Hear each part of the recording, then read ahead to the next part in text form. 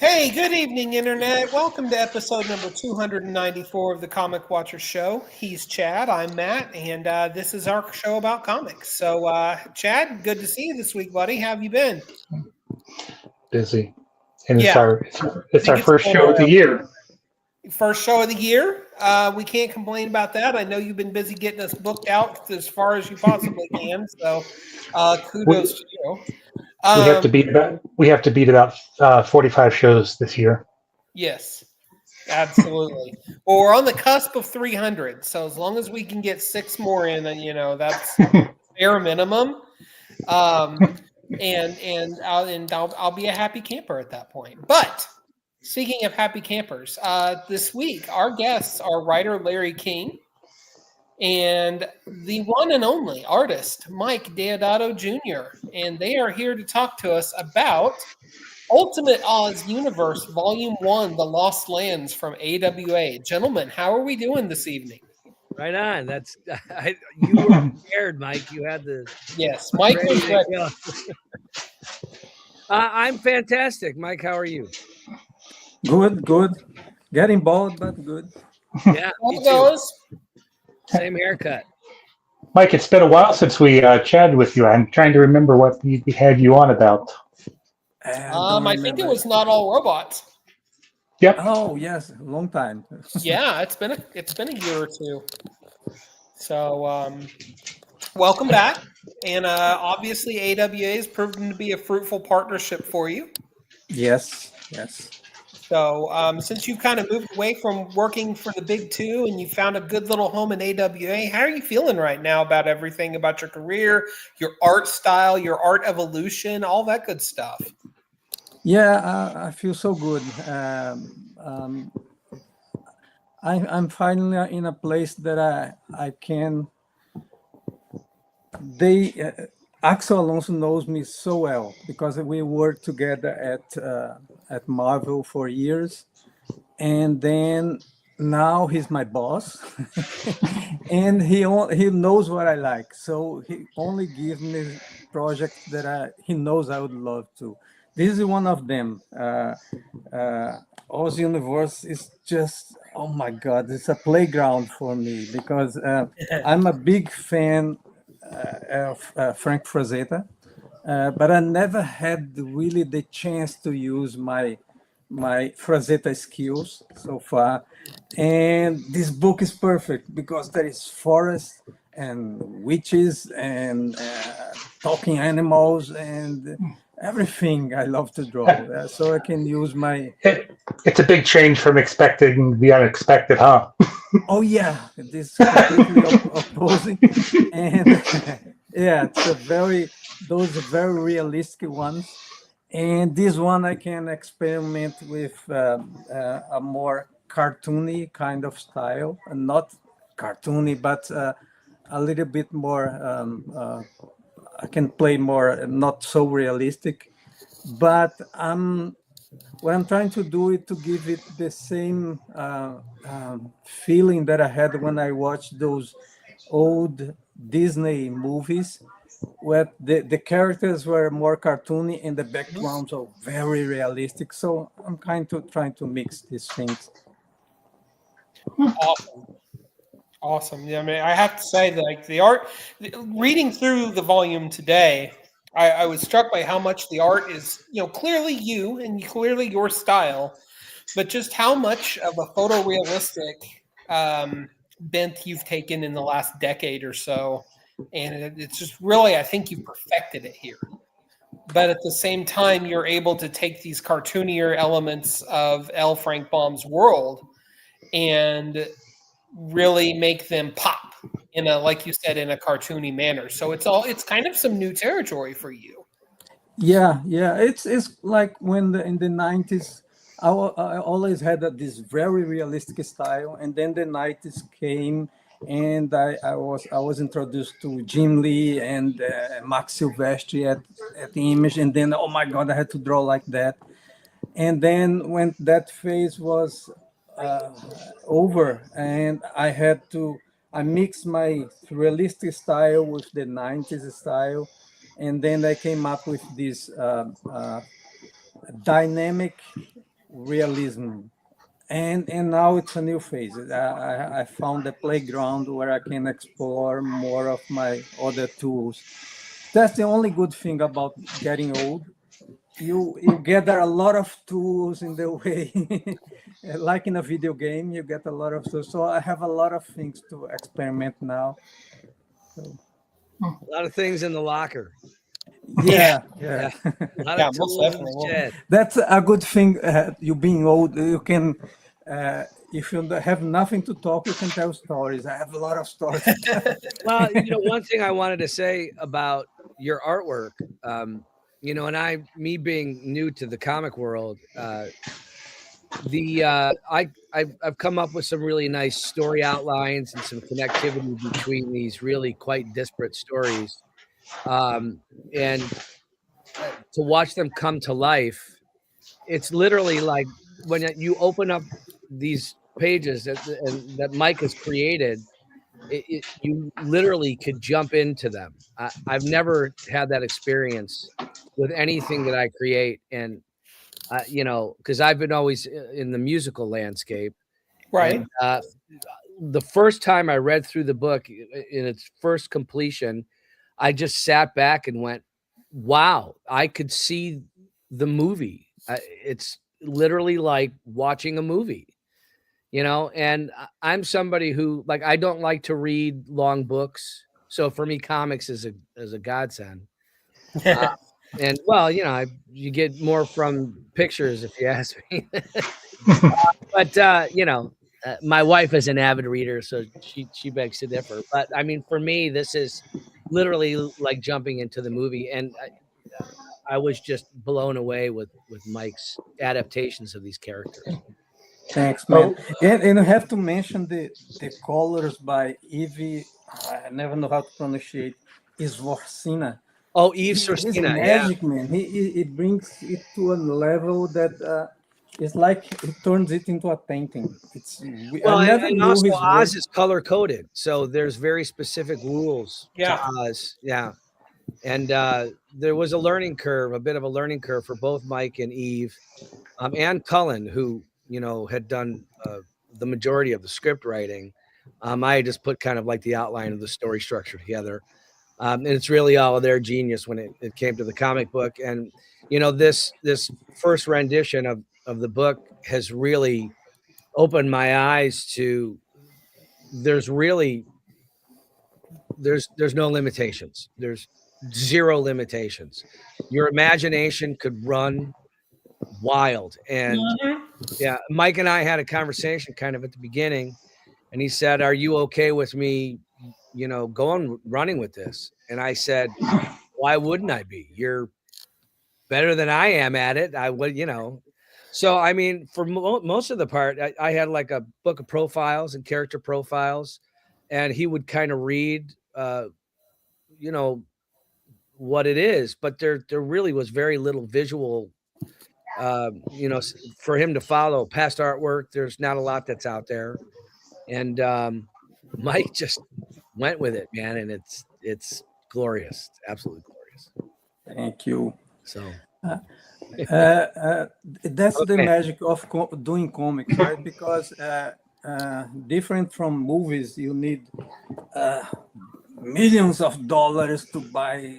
Right. You're limited by budget. Yeah, a lot of things. Everything is, and you just need a good script and a page, and you can draw all there. Just imagination. It's fantastic. I love comics because of that. So, Larry, you said that you didn't come from comics. Did you grow up on comics? Did you read? Have you read them? Have you? Well, as a kid, yeah, I mean, of course, as a kid, I grew up, and I'm dyslexic, and you can't. I'm 59 years old, so I turned 60 this year, and it wasn't. People weren't like diagnosed with dyslexia a lot back then. It was you were just dumb, and you went into special ed or you struggled. And I found my way through, like, especially like my math skills were good, but then my English skills were like, I was in 6th grade and they were like, I was testing at like a 1st grade level, things like that. And they couldn't understand what was going on. They didn't really, dyslexia wasn't a common thing back then, although they knew about it. They just, and our parents grew up with like, you're fine, throw some dirt on it. It'll be fine. Yeah. And, I was kind of, I had to figure out creative ways. I was a big footnotes guy to get me through tests. And hopefully the tests were what was in the footnotes. I was a big watch the movie guy. And, my grades actually excelled. I graduated with pretty close to a 4.0. Although I did horrible on like the SAT and ACT tests, which were a big thing back then. But, if it weren't for comic books, I really would have, I hated reading. I hated it. So, I was in Archie's, Richie Rich, Spider-Man, Superman. I spent my life with those culmination, those big, huge graphic novels that were, they weren't one long graphic novel. They were a bunch of the series of the small books in the one. Trade paperback. Yeah. So like I had a million of those all over the house. And, I really, that's how I read. Long books made me dizzy and nauseous, and I really needed, and I really wouldn't be that good of a reader if it weren't for comics. So, I mean, I'm a huge fan of comics and graphic novels and being able to visualize. As a matter of fact, most of the time I look at the pictures first, then I go back and I read them, because my memory is outstanding for the visualization. So I could remember what the page was and then read it, and it makes sense. If I read it and didn't look at the pictures first, it wouldn't have made sense to me. So for me, that's why you are so good on finding mistakes on my page.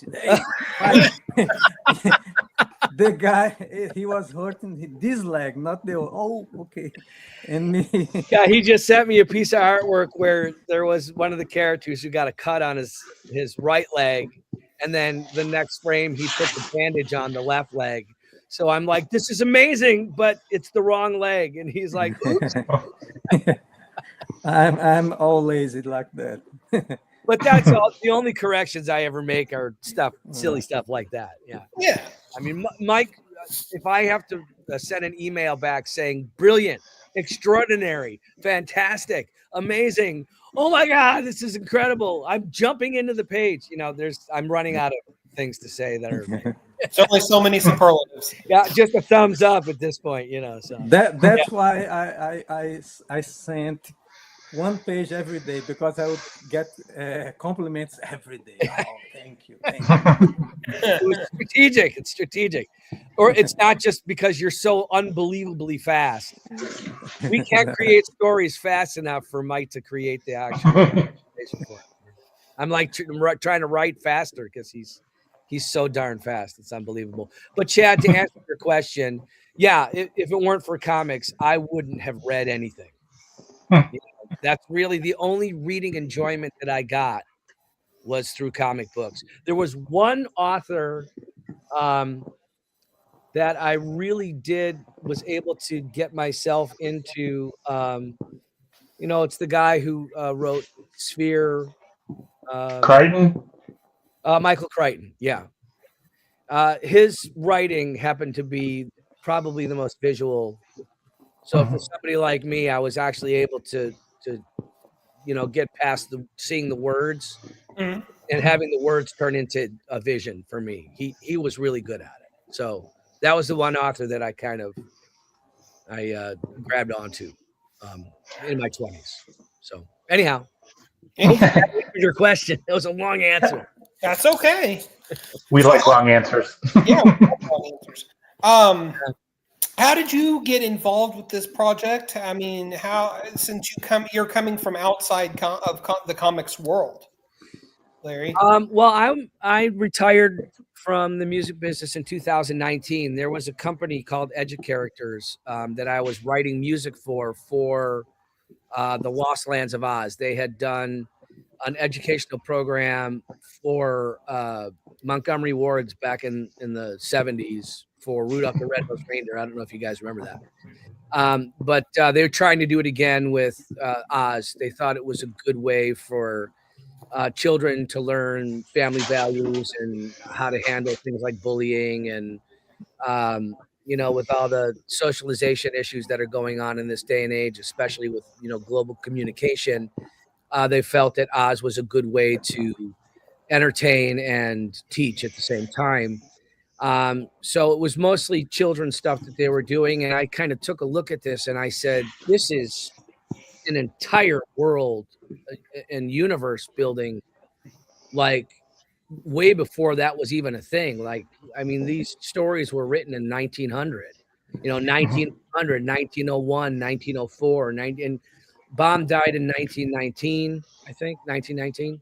And his canon was the 14 books, the first 14 books, which is what we're really focusing on. Mhm. And then Ruth Plumley Thompson, who was his assistant, continued later on. And there's some authors after that, Jack Frost, and there's 40 books total, it's called the Famous 40. And then there's McGuire Wicked books. So there's like all these really cool versions of Oz that are out there, and it's made it so that this world building really just needed to happen. So I basically took over from Educharacters and started ShaggyMan and turned it from children's stuff and an educational program into an all ages world building kind of series. And then I partnered with Kevin McCollum, one of the icons and lords of Broadway.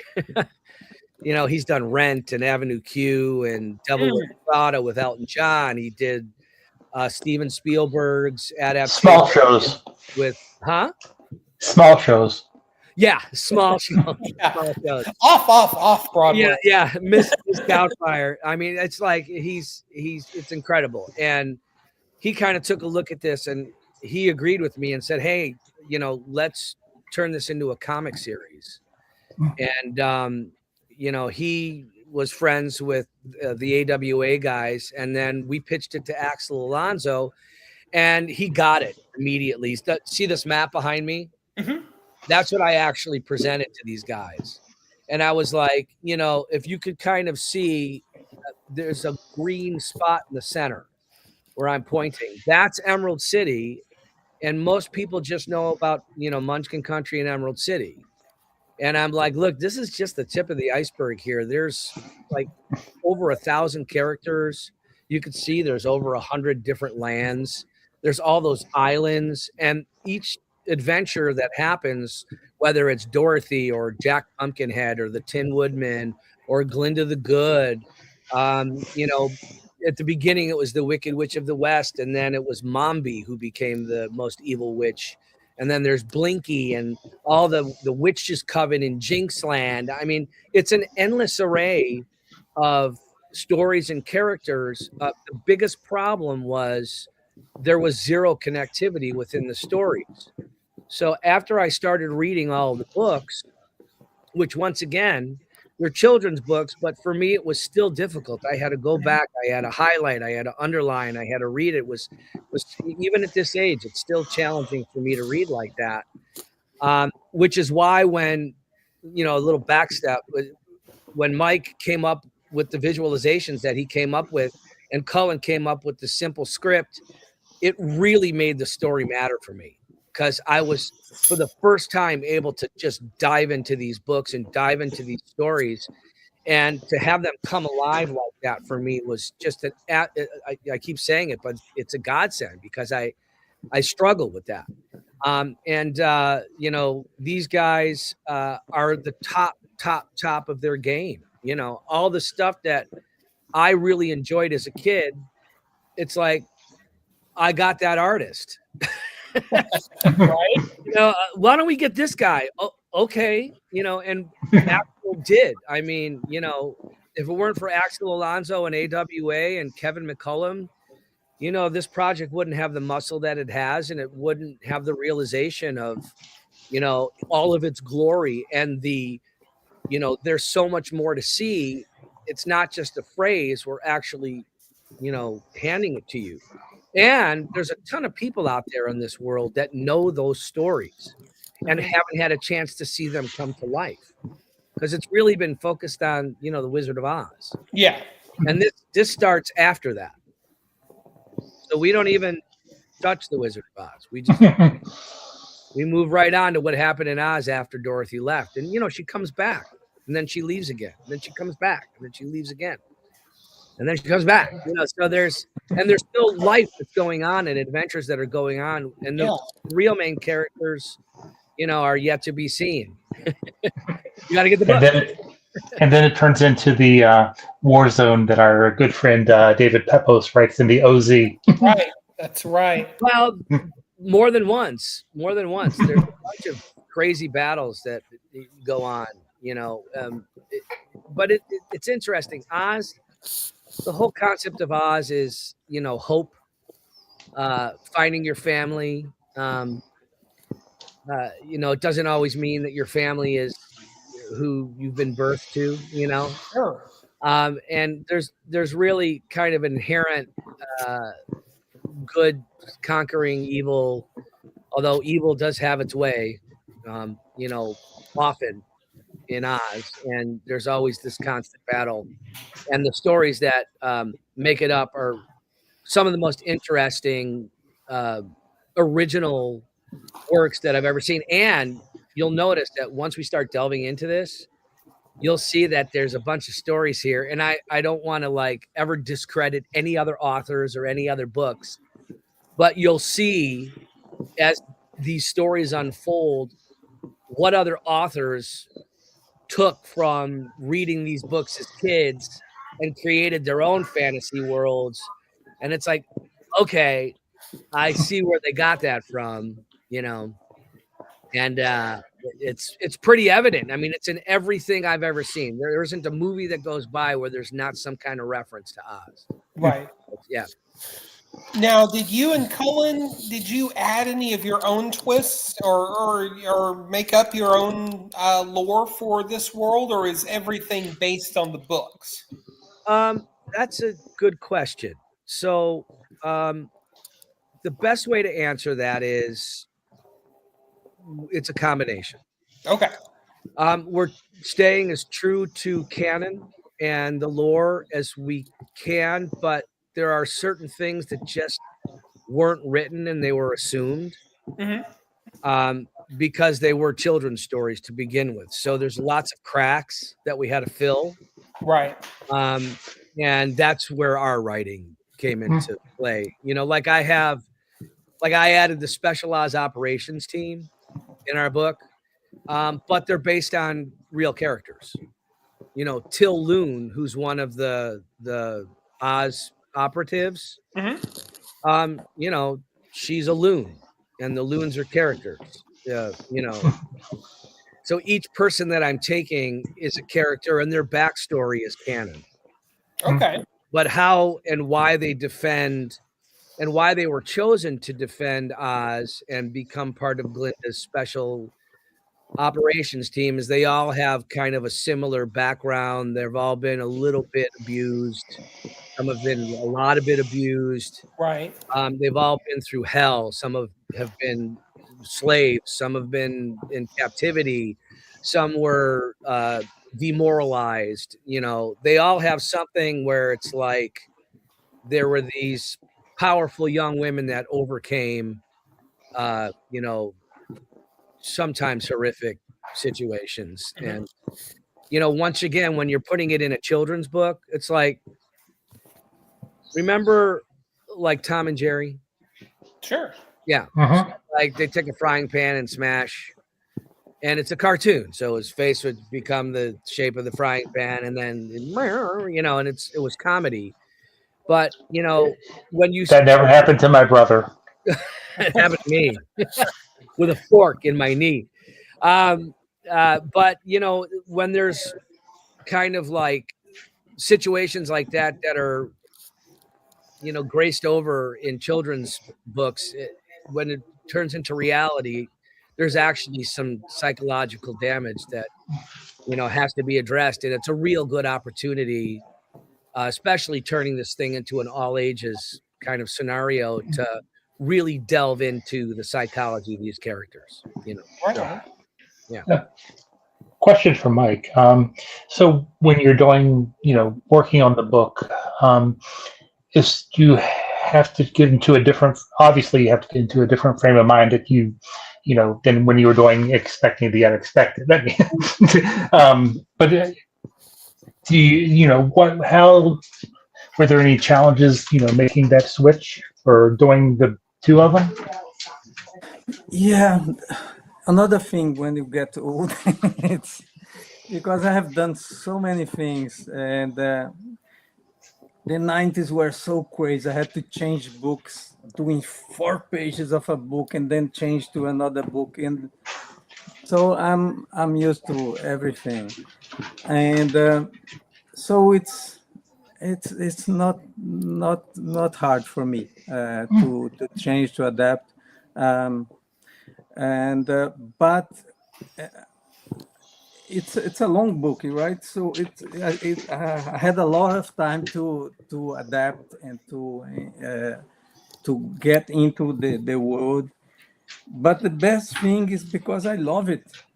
I really love it, drawing fantasy stuff, and I didn't have much opportunities to do it during my career. So it's easier for me. Did you draw inspiration from film at all, or were you reliant solely on your own imagery in your mind taken from the script? Well, it's mostly Frazetta. Okay. I love Frazetta. So, and I have been a fan since such a long time. So I know everything about Frazetta and the monsters and the castles and everything. I just didn't have the chance to use it. So it's most from what I have learned studying his work. But to every character, we do a concept art, so I can commit less mistakes because I'm very sloppy on details and stuff. So every character, when I make the concept, it's a way for me to know the character more and to think about it, and then from there it's easier for me. Not the details, because I always make mistakes, but there is a great team to remind me there. Mike, do you mind, Matt and Chad? I'd love to hear Mike talk about, because one of the things that a lot of people don't understand is there's different adaptations of these characters as they grow and the more magic happens. So like he's had to do different concepts for like Sawhorse, for instance. He's got a before, a middle, and an after. There's a couple of characters, Tin Man, where he had to do more of an original version of Tin Man, and then in the canon they update Tin Man as well. So he had to come up with a whole new concept of Tin Man. Mike, could you talk a little bit about the fact that you had to do different versions of the same character? Yeah, I remember I did quite a few till you get what your vision was. I was thinking about very ahead, like I want him to be a transformer right away. Yeah. And then, oh, hold your horses, we are gonna start this way, and then he goes growing as a character. I got it. So I did some versions where he's like the original Tin Man, and then a middle transforming, and then he get that big one I wanted to draw. And I'm glad that Larry approved me to go crazy in the end, and but it's I love it because Larry likes my craziness, and it's great to have this freedom to play with the characters and bring my vision. Well, and then before we had that conversation, oddly enough, because you guys keep talking about expecting the unexpected with Rhonda, we were at what was it, San Diego Comic-Con when you had come in, Mike? Yeah. And I think it was the release of Rhonda's book. And by the way, Rhonda, I've had the glorious opportunity to meet her a couple times, and what an amazing person she is. Anyhow, And you're still standing.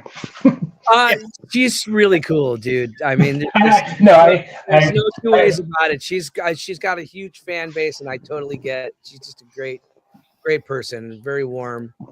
That was one of my favorite panels in New York, her roundtable.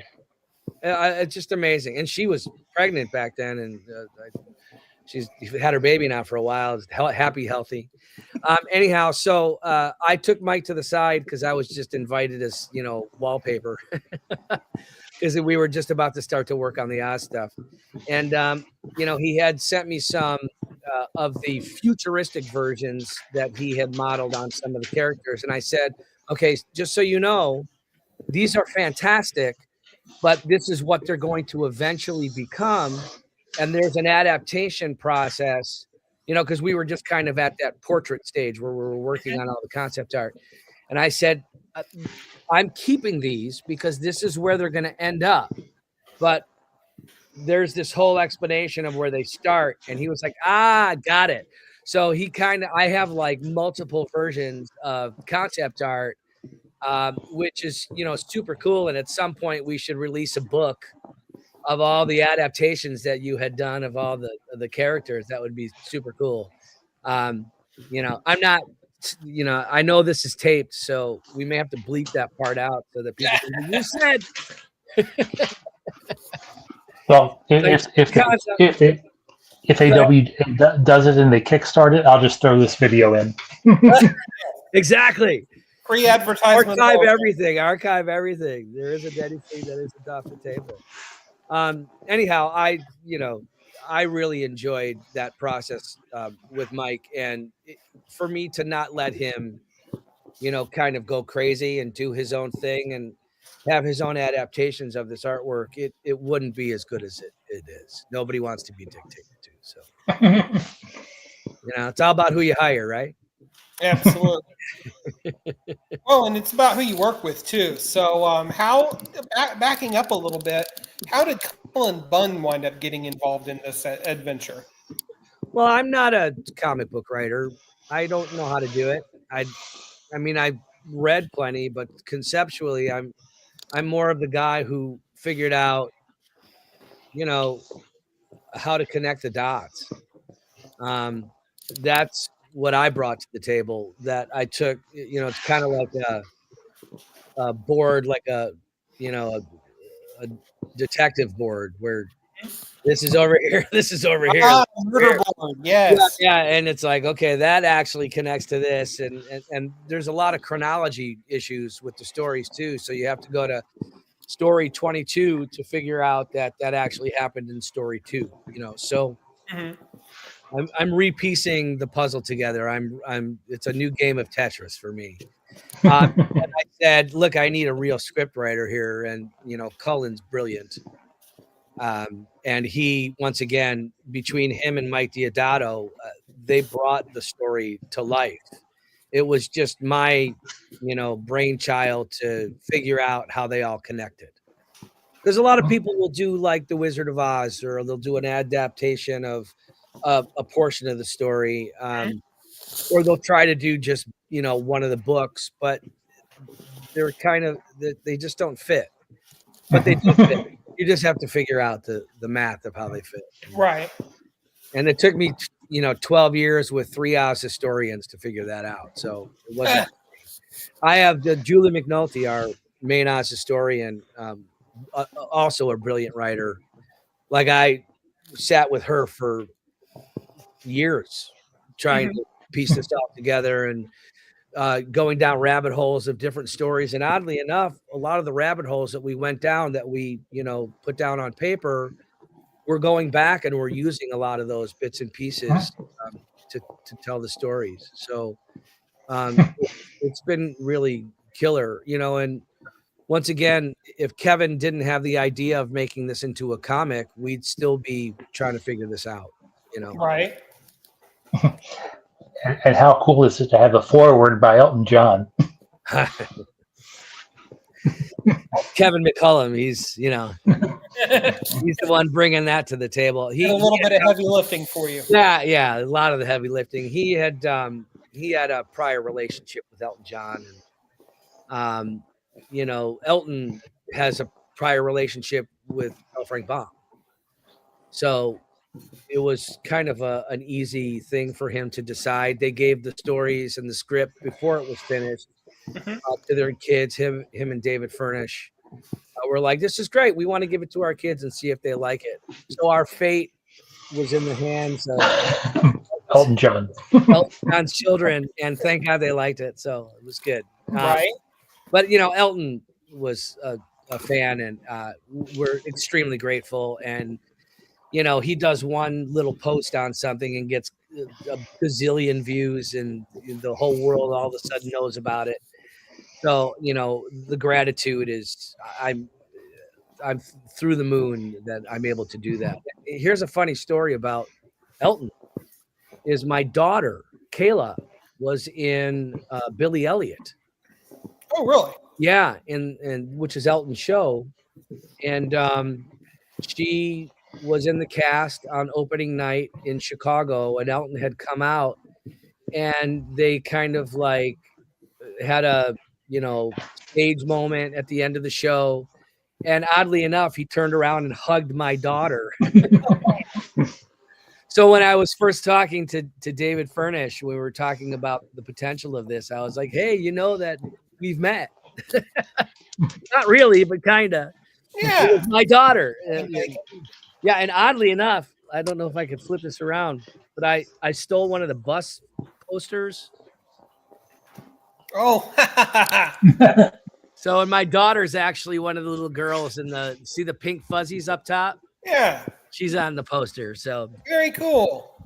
That's me breaking the law, stealing posters, but it's a dad's duty. Absolutely. Absolutely. Yeah. I mean, it's been one fantastic thing after the other. So, Larry, what do you think that your takeaway, and getting into comics, from this project is, or does it inspire you to want to do more or continue? Or? I want this to be the rest of my life. Me too. I am hooked. Mike, I think you have no other choice at this point. Mike, sorry. Yeah, I'm from being a studio musician and a touring musician, and I was successful in my own right on the music side, and I still do a lot of music. I wrote a musical for this. This started out as me writing a musical, oddly enough, which is why I went to Kevin McCollum in the first place. And he was like, "Hey, man, there's way more to this than just a musical." And then we started this crazy journey towards where we are right now. But I mean, I want to have 40 of our own books. Yeah. And assuming that you get to I could write till I die with these. There's so many stories. Yeah. Have some. Yeah. So, I mean, does that answer your question, Chad? Yeah. I'm a life. You guys know what I'm talking about. So,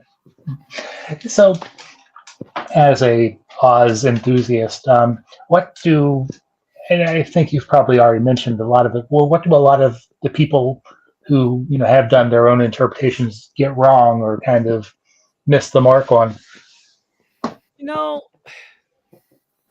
You're not the first person that has asked that question, and I've been able to give that a lot of thought. And the first person that asked me that question, I went into a diatribe of all the things that were canon that people were screwing up, But I have to say, the concept of Oz is creativity, and I think Baum's intention was to open your mind to, new concepts. And yes, there are some things that people aren't getting that's according to the canon, which has given me the opportunity to actually go back and do this according to canon, because it just hasn't really been done. But there's a ton of adaptations out there, Chad. You've seen it. Sure. Yeah, it's endless. I particularly like Scotty Young's. Right on. Well, and I went to Ostravaganza last year in Chittenango, which is like the birthplace of Baum. And there's like a whole writer's tent, author's tent, and everybody had their own book and their own adaptation of the story, whether it had to do with kind of Oz's story and stuff with Judy Garland and The Wizard of Oz and the movie, the 1939 movie, or Return to Oz, or Wicked, or as I said, there's a guy who did a kind of a cowboy version of Oz. There were all these really cool things, and I don't want to say that they're blowing it or this is wrong or that's wrong, because that's anti-Ozian. Right. The whole concept of Oz is let your mind go crazy. To let Mike Deodato do what the hell Mike Deodato wants to do. Because it's going to come out way cooler than if I'm dictating to him. Although there are rules. I mean, and we're following the rules a little bit more than most other people are. Gilligan, like for instance, if you're from Gilligan country, you're really kind of enveloped in purple hues. And there's a whole color coding scenario, which, Eve really kind of had to follow. He was guarded the most, but on one hand, there's so much color involved. It was kind of exciting for him as well. And when Mike is creating his drawings, he understands that this landscape is going to be filled with this like purple flowers or these yellow hues, or, on the border, it turns from purple to yellow between Winky Country and Quadling Country. And, it really has opened up your mind to all the possibilities that there are, yet everything has to be in a box just a little bit, so it's understandable and followable, and it's not chaos for chaos. Right. There are rules. Yeah, and we do follow the rules. We're creating our own rules, but Chad, to really kind of knuckle down on what you're getting at, it's all cool. But if you're kind of looking to understand how the stories connect, the Ultimate Oz universe is the way to go. Okay. You have a set number of volumes that you'd like to ideally do to tell this entire story? I'd like to have at least 10 books in the series, as soon as humanly possible. There's this first book is the beginning of a story, kind of like Game of Thrones, where there were 8 seasons, Right. It kind of took them that long to get you through one story arc.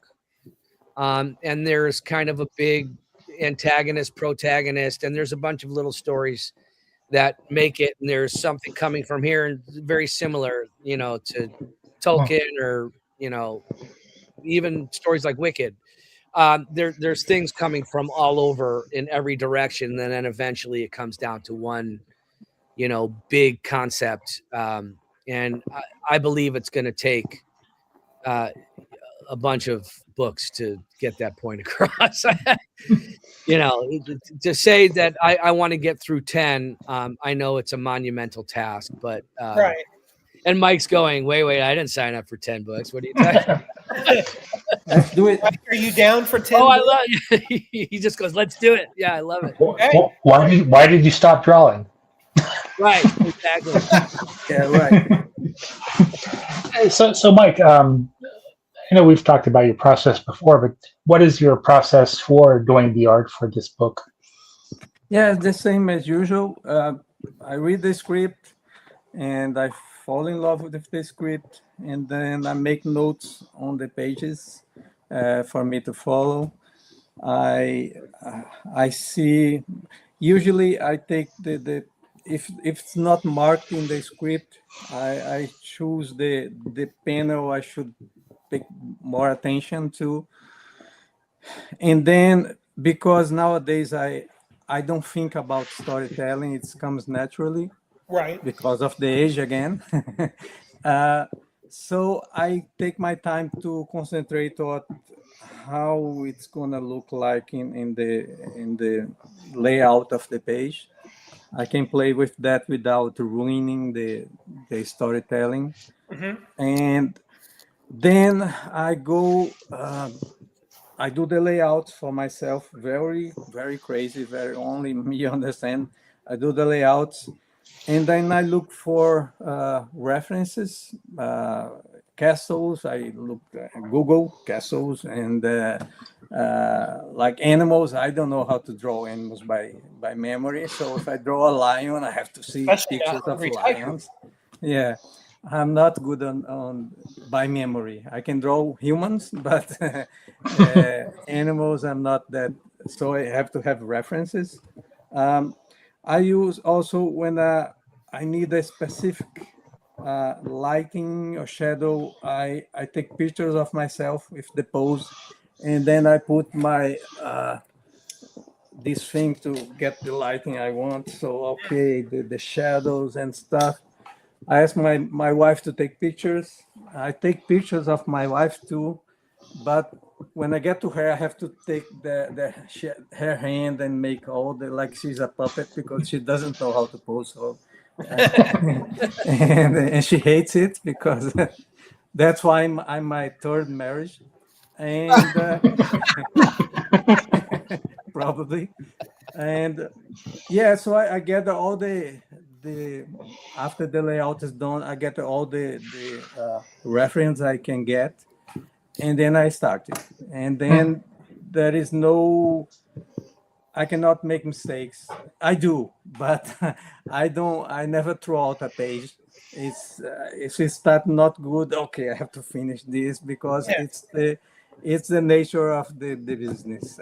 We have to run, and there is the deadlines, and but I'm used to it. I like the pressure, and then that's it. I sent to Larry, and he gives me a compliment. I get, oh, I'm good, I'm good. And then he says, but you forgot Just a few notes. you forgot the antenna on that robot. Oh, damn it.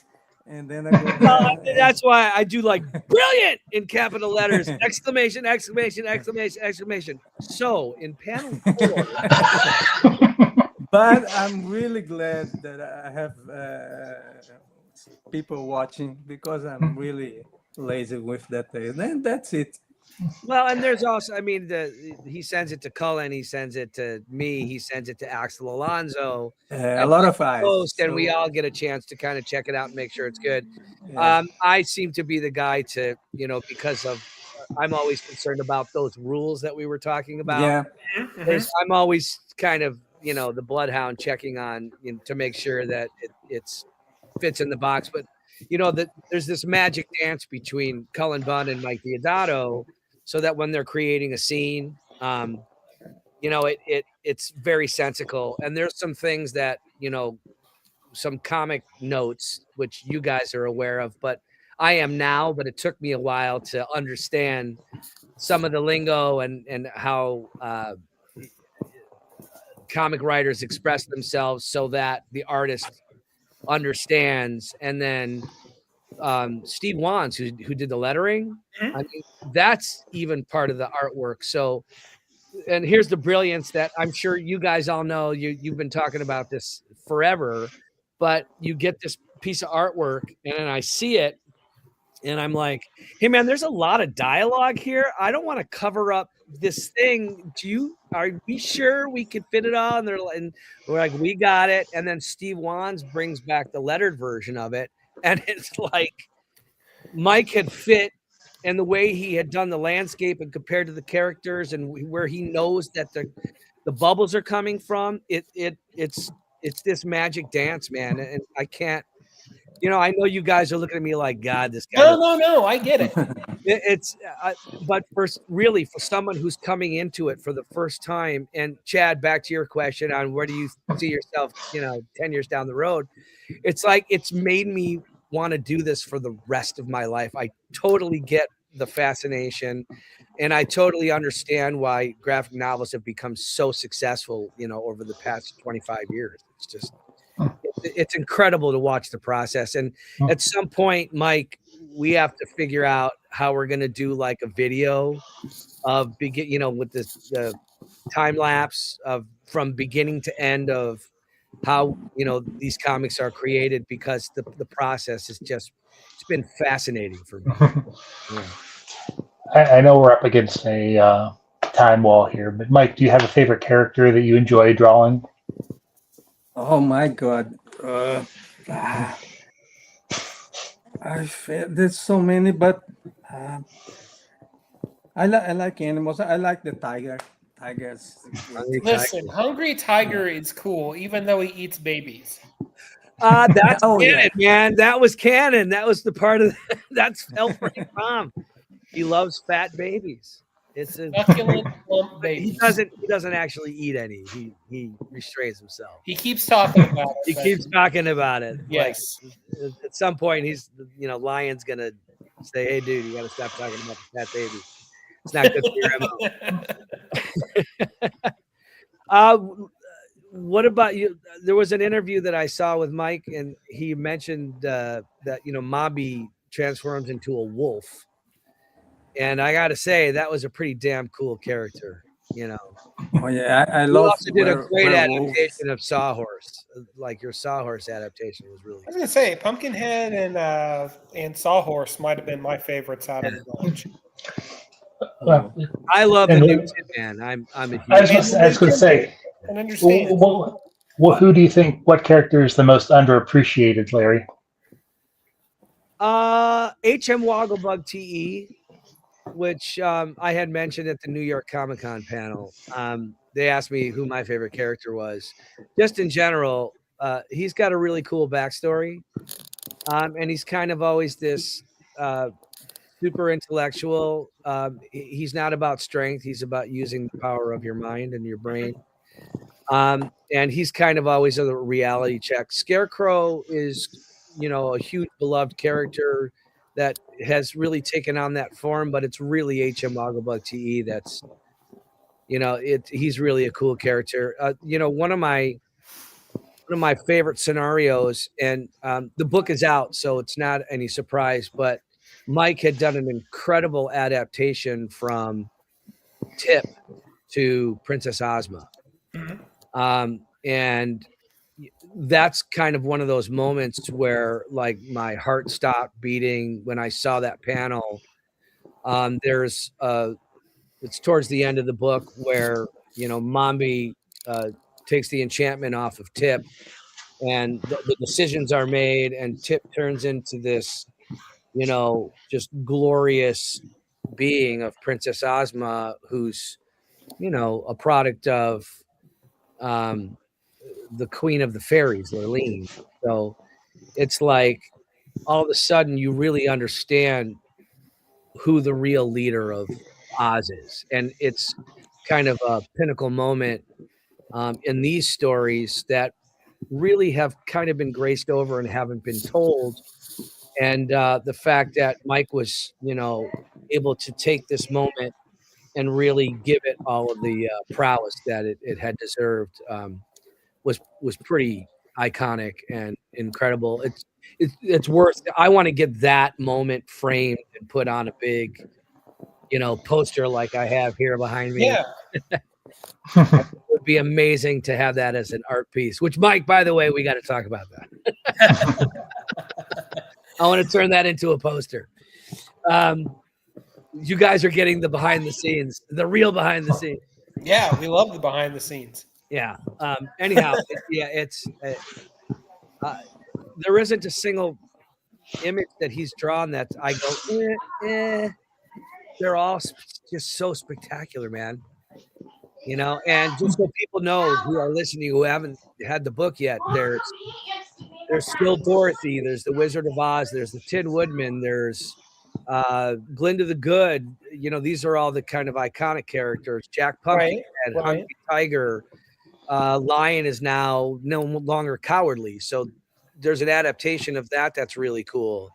And there's H.M. Wogglebug TE and all the Specialized Operations teams members. Mombi's broom has its own personality with that big purple eyeball that's at the end. I was wondering about that. Instead of a crystal ball, that's how she sees everything. You know how the witches have the crystal ball and they her crystal ball is the eyeball at the end of the broom. So wherever the broom goes, she has insight on what's going on. Okay. Yeah. That's awesome. And I did kind of a photorealism version of that broom because I wanted to see what it would look like in real life.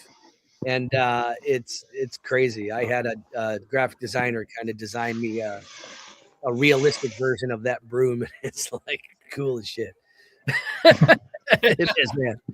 I'm going to want that too. Kind of, you know, it's like very Harry Potter, you know? Yeah. Yeah. Most definitely. Cool stuff. Very cool stuff. I can't It wait. It is very cool stuff. You guys ought to be very proud of it. I want to see all the merch. We're starting to pull it together now. I'm starting to have my library of pins and shirts and caps and fun stuff. Very cool. Well, we've got time for one last little goodbye before we have to say goodbye. I'm so sorry we have to say goodbye. It's my fault, everybody. I have to. Okay. Hop on an airplane. It's my bad. You got to travel at some point. You got to go. Oh, you're welcome. You're welcome back anytime. You're welcome back anytime. Thanks. So, thank you guys for joining us. And my last question to both of you is, what do you hope the readers take away from the experience of this graphic novel? Mike, you go first. Oh, well, I hope they have the same fun I had drawing. I became a fan. I didn't watch the movie. I never read any books because it's not part of our culture in Brazil. We have our own Baum here. It's Monteiro Lobato. So it was not part of my culture, but just by drawing it, I became a fan. So I hope the same for the readers. Okay. You've never heard of these stories in Brazil? Just the movie. Oh, because man, you're killing it for somebody who. Because they are fun, man. I didn't know. Yeah, you're killing it. For me, it's finding family, prevailing against all odds, life lessons, hope will never die. Good always has a good fight over evil, but more importantly, there's a connection between all of these canonical stories that L. Frank Baum had put together that is really an amazing exploration. Our kind of mantra has been there's so much more to see, quote unquote. And it's like that's really what it is. I really want to expose these stories, these adventures, and these characters and this world to the world the way that it should have always been seen. We're basically the future of Oz, which is oxymoronic to say because these are old stories that, I'm afraid they're going to get lost to time. And, what we're doing with them, how we're modernizing them, how we're retelling the stories, yet keeping the integrity of the original adventures and all of the original characters is super important. And I think this Oz history needs to continue. And, the biggest thing that I'd like to tell people is that if you're looking for the future of Oz, you'll find it in the Ultimate Oz universe. Okay. Perfectly said. Larry King, Mike Deodato Jr., thank you so much for hanging out with us tonight. Oh, my pleasure. Matt, Chad, anytime. And when we're on the 10th book, we'll have much more to say. I bet we will. The book from AWA is Ultimate Oz Universe. Mike's hands will be like this. Yeah, exactly. You won't have to take pictures of your wife's hands. You can just look at your own. That's right. Mike, it's great seeing you, man. Great to see you, guys, man. I have a huge bromance with this guy, so you know. Aw. Yeah, we the are. respect is just unprecedented. Thank you guys so Head much bump, for, head bump. for having us on your show. I really Absolutely. We're happy to have had you. All right. Love All you, right. man. All right. Take care, Take my care, friend. guys. All right. Chad, who do we have coming up next week? I can't remember. Okay, but we do have somebody. So we'll Yes. be back next week. Until then, there's a lot of bad in the world. Please get out and do some good. We desperately need it right now. And I'm not going to say anything more than that, other than just don't be a dick. Thank you kindly, and thank you for watching and listening. We'll see you next time.